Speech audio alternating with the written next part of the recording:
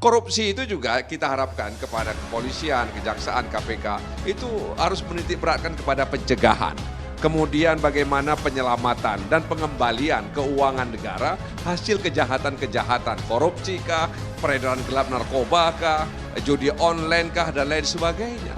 Jadi penindakan itu ya dilakukan ketika memang itu harus dilakukan, artinya memang sudah tidak mungkin lagi untuk tidak dilakukan. Jadi korupsi itu kalau kemudian lebih fokus kepada pencegahan, ya, kemudian penyelamatan dan pengembalian, itu lebih beruntung negara daripada kemudian mengusut kasus korupsi, kemudian lama waktunya, ya, kemudian didenda juga kadang nggak bayar dan lain sebagainya. Mereka lebih memilih kurungan badan daripada mengembalikan keuangan negara dan sebagainya.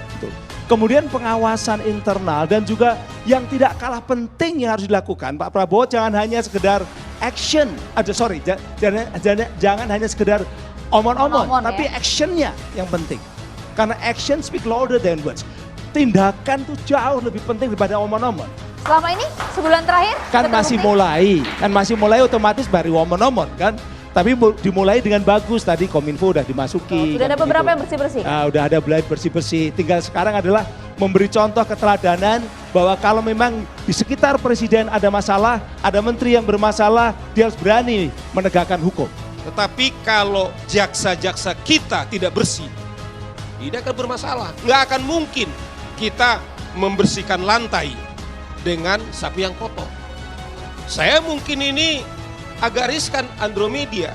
Sebagaimana saya juga mengotokritik profesi kami, tetapi juga saya fair. Nah oleh karena itu, karena memang integritas kawan-kawan di KPK sudah runtuh, akibatnya mereka ini bukan sibuk untuk memberantas korupsi, tetapi sibuk dengan problem mereka.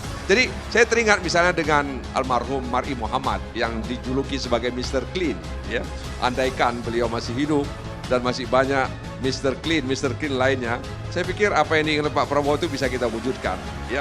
Karena memang ketika Pak Prabowo mengatakan seperti itu, maka dia membutuhkan Mr. Clean, ya, untuk membereskan pemerintahannya.